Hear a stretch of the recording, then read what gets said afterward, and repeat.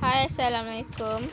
Bagi tugasan ini, saya telah memilih tajuk Pendidikan Alam Sekitar, Hubungan Manusia dengan Alam Sekitar. Nama saya Nur Ashanira binti Arif, kelas 5G, subjek Sains dan Alam Sekitar dalam Pendidikan Awal Kanak-kanak, kod subjek BCG 3243. Objektif pembelajaran. Yang pertama, kanak-kanak dapat mengetahui kepentingan alam sekitar kepada manusia. Yang kedua, kanak-kanak dapat mengetahui fungsi alam sekitar kepada manusia. Dan yang ketiga, kanak-kanak dapat mengetahui cara untuk memelihara alam sekitar. Pengenalan. Alam sekitar merupakan alam yang terdiri daripada tumbuhan, haiwan serta benda hidup dan tidak hidup, seperti flora, fauna, bangunan, kenderaan dan sebagainya. Alam sekitar merupakan sumber manusia yang tidak mempunyai batas tertentu, seperti air, udara dan iklim merupakan sumber yang terpenting untuk manusia. Definisi. Alam sekitar merupakan segala benda yang hidup dan tidak hidup secara semula jadi di permukaan bumi atau sebagainya. Sebagai contoh, flora, fauna, bangunan dan kenderaan. Alam bererti dunia, bumi atau segala yang terdapat di langit dan di bumi. Sekitar pula bermaksud tempat atau persekitaran di sekeliling kita. Kepentingan alam sekitar. Yang pertama, kesihatan manusia terjamin. Sejak kebelakangan ini, pelbagai penyakit yang berbahaya telah wujud akibat pencemaran alam sekitar. Kesan daripada pencemaran tu, manusia akan mengidap pelbagai penyakit, khususnya akibat menghirup udara tercemar. Manusia memerlukan udara bersih untuk terus hidup. Jika tidur udara yang tercemar, pernafasannya akan menyerap pelbagai bahan yang tercemar ke dalam paru-paru. Oleh itu, apabila kita menjaga kebersihan alam sekitar, manusia akan menghirup udara yang segar dan akan mendapat kesihatan yang baik. Yang kedua, tarikan pelancongan asing. Keindahan alam sekitar dapat membantu negara mengembangkan industri pelancongan. Ini kerana keindahan alam sekitar boleh menarik perhatian pelancong dari dalam dan luar negara dan dapat menjadikan negara sebagai destinasi baru bagi sektor pelancongan di peringkat global.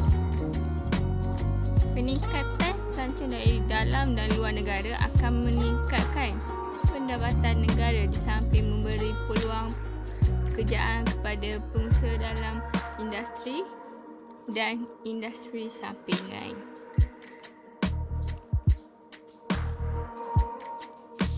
Yang ketiga,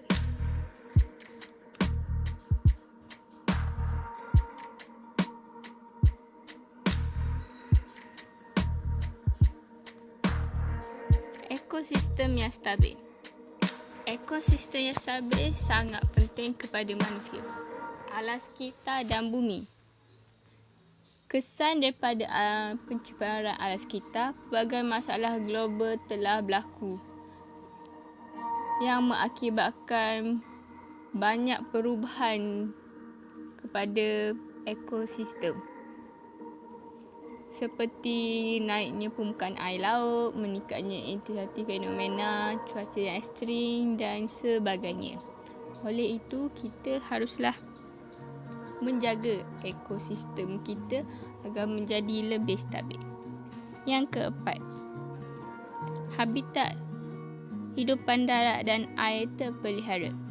Hidupan darat dan air sangat memerlukan alam sekitar yang bersih dan tidak tercemar untuk terus hidup. Tanggungjawab ini telah diberikan kepada kita untuk menjaga alam kita agar lebih terpelihara dan menjadi bersih agar habitat mereka lebih tidak terancam. Alam sekitar seperti hutan merupakan tempat tinggal bagi hidupan darat seperti gajah, harimau dan lain-lain. Di dalam itu, hidupan itu mencari makanan dan tempat mereka bermain.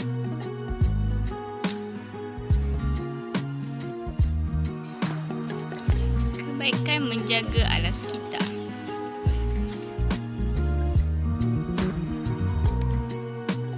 Yang pertama, alam sekitar menjadi bersih.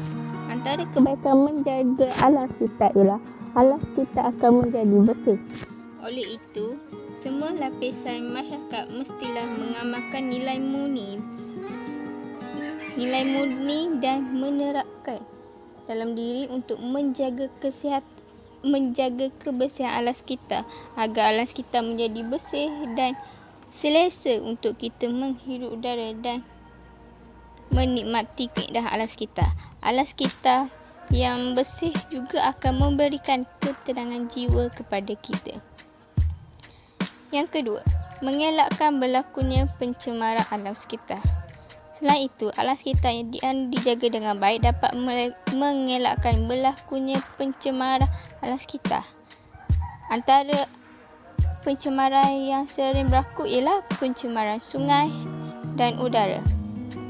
Pencemaran alam sekitar yang berlaku akan mendatangkan pelbagai masalah pada diri sendiri dan orang lain. Oleh itu, jika ada pihak yang mencemarkan alam sekitar, kita haruslah membuat aduan kepada pihak yang berkuasa untuk memberikan tindakan yang sewajarnya kerana telah mencemarkan alam sekitar.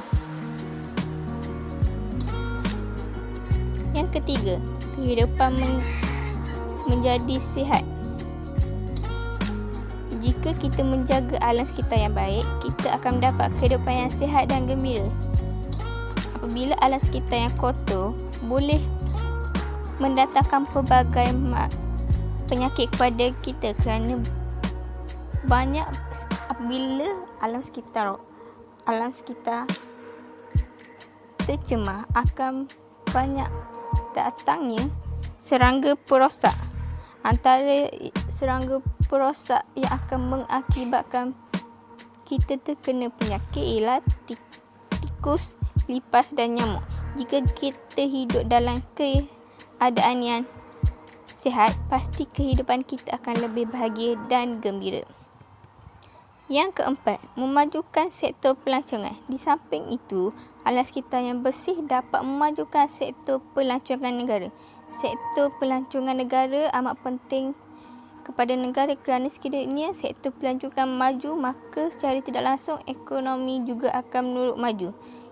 Sebagai contoh, apabila alam sekitar menjadi bersih, negara kita akan menjadi tarikan pelancongan daripada orang di luar negara. Kehadiran pelancong ini akan menambahkan lagi pendapatan negara, seterusnya akan memajukan lagi negara kita.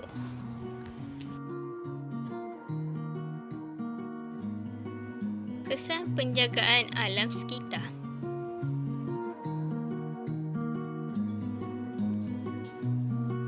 Yang pertama, ekosistem yang stabil.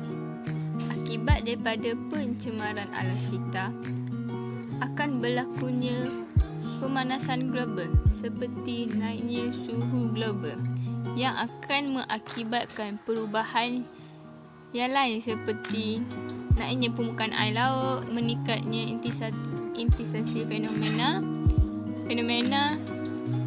cuaca yang meningkat serta perubahan jumlah dan pola presipitasi.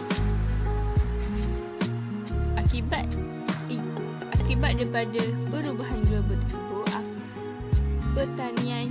hasil pertanian dan tumbuhan akan terjejas dan berlakunya pelbagai jenis haiwan. Oleh itu, kita haruslah menjaga alam sekitar agar dengan baik, agar ekosistem yang stabil dapat diwujudkan. Yang kedua, kesihatan manusia tidak merosot. Apabila pencemaran udara berlaku, akan memberi kesan kepada manusia yang akan menghidap pelbagai penyakit.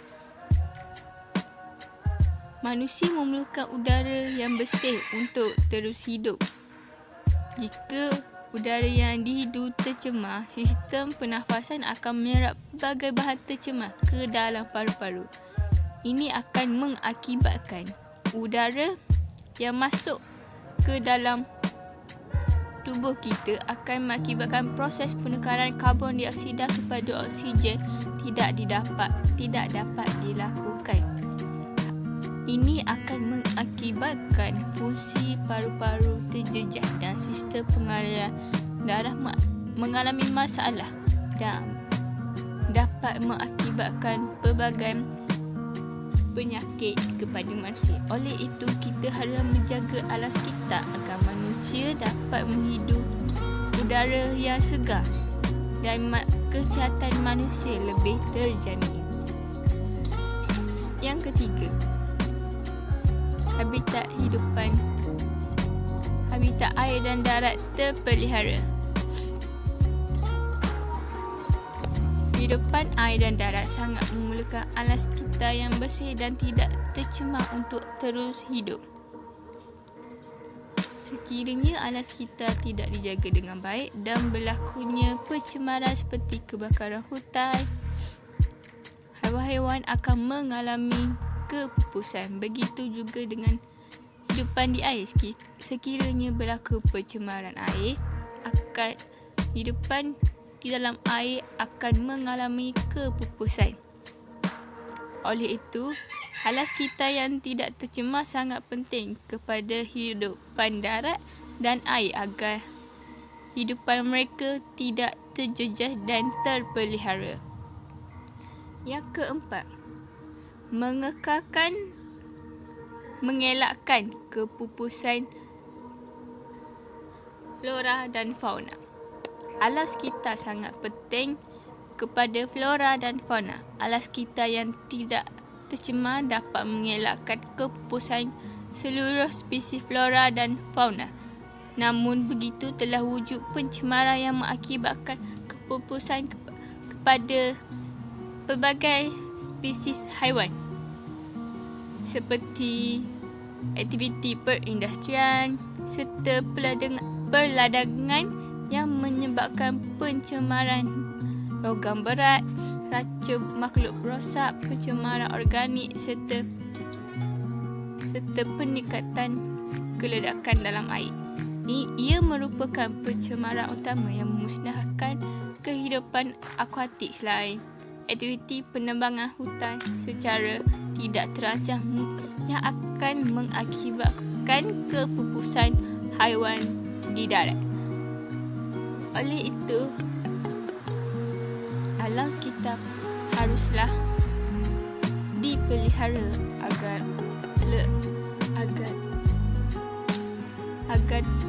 flora dan fauna tidak mengalami kepupusan yang akan mengakibatkan manusia tiada sumber makanan dan sumber ubat-ubatan daripada flora. Manusia dan alam sekitar.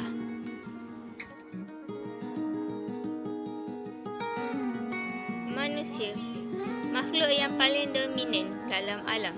Tidak ada makhluk lain yang dapat menandingi kepintaran dan ketangkasan manusia. Manusia merupakan makhluk yang mempunyai akal dan fikiran. Manusia adalah makhluk yang mencipta kenderaan dan bangunan, mencipta benda yang tidak hidup di permukaan bumi ini.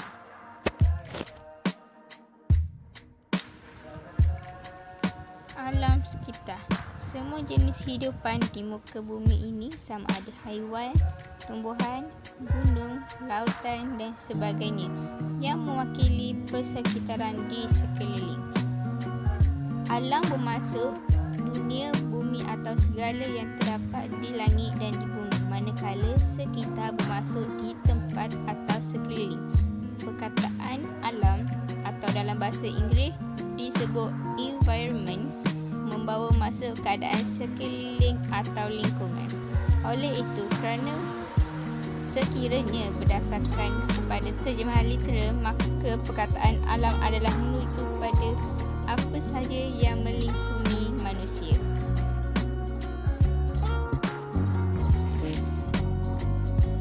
Sumber-sumber semula jadi. Yang pertama, hutan menjadi stok bekalan air tawar atau lebih terperinci, air daripada atas gunung memberikan sumber air yang bersih kepada manusia. Yang kedua, lautan membekalkan sumber makanan seperti ikan, sotong, kerang dan sebagainya.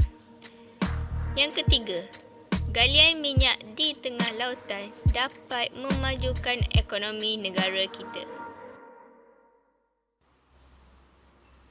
Perbezaan benda hidup dan tidak hidup. Benda hidup. Benda hidup merupakan sesuatu yang telah ada secara semula jadi di permukaan bumi dan bukan sesuatu yang dicipta oleh manusia.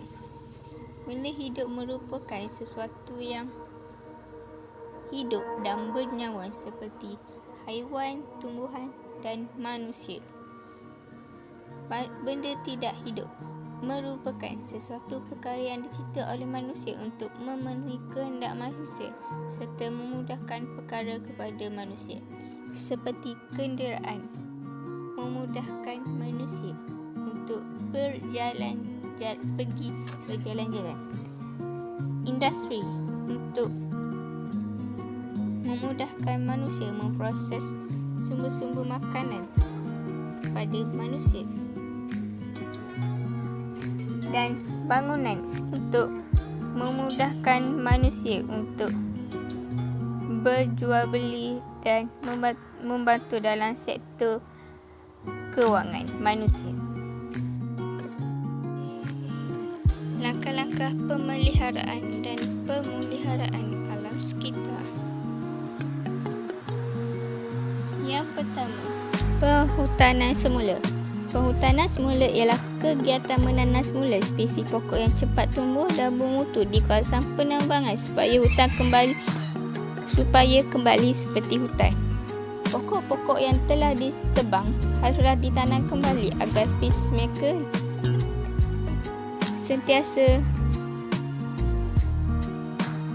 sentiasa ada.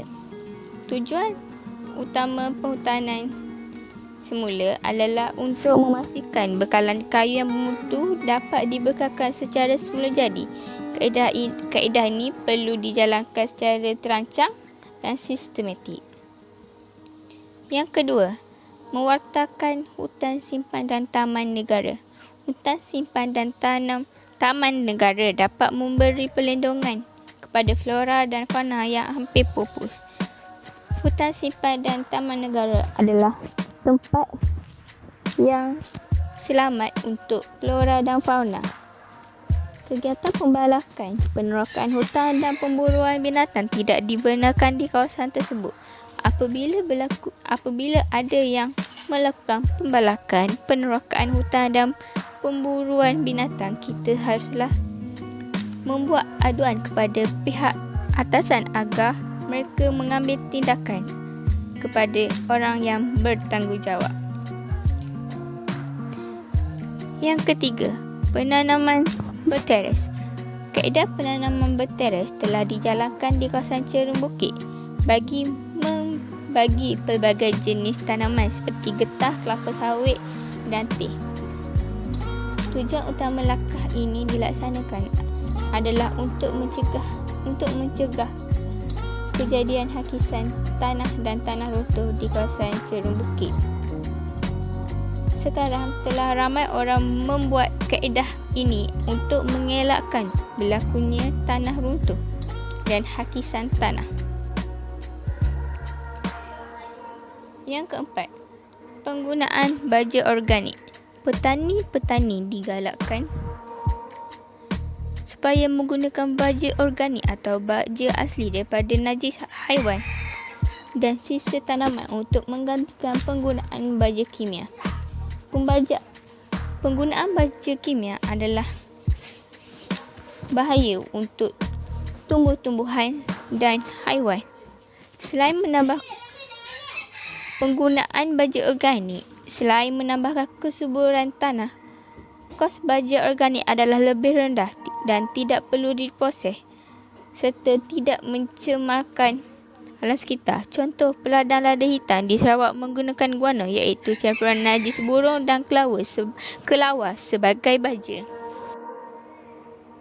Kesimpulan, kita sebagai manusia adalah berperanan penting untuk menjaga alam sekitar agar menjadi lebih bersih. Pemeliharaan dan pemeliharaan alam sekitar adalah tanggungjawab bersama. Kita haruslah sedar akan kepentingan menjaga alam sekitar yang masih ada pada hari ini. Sekiranya alam sekitar telah tiada guna lagi untuk kita menjaga alam sekitar. Oleh itu, kita haruslah menjaga alam sekitar bermula daripada hari ini.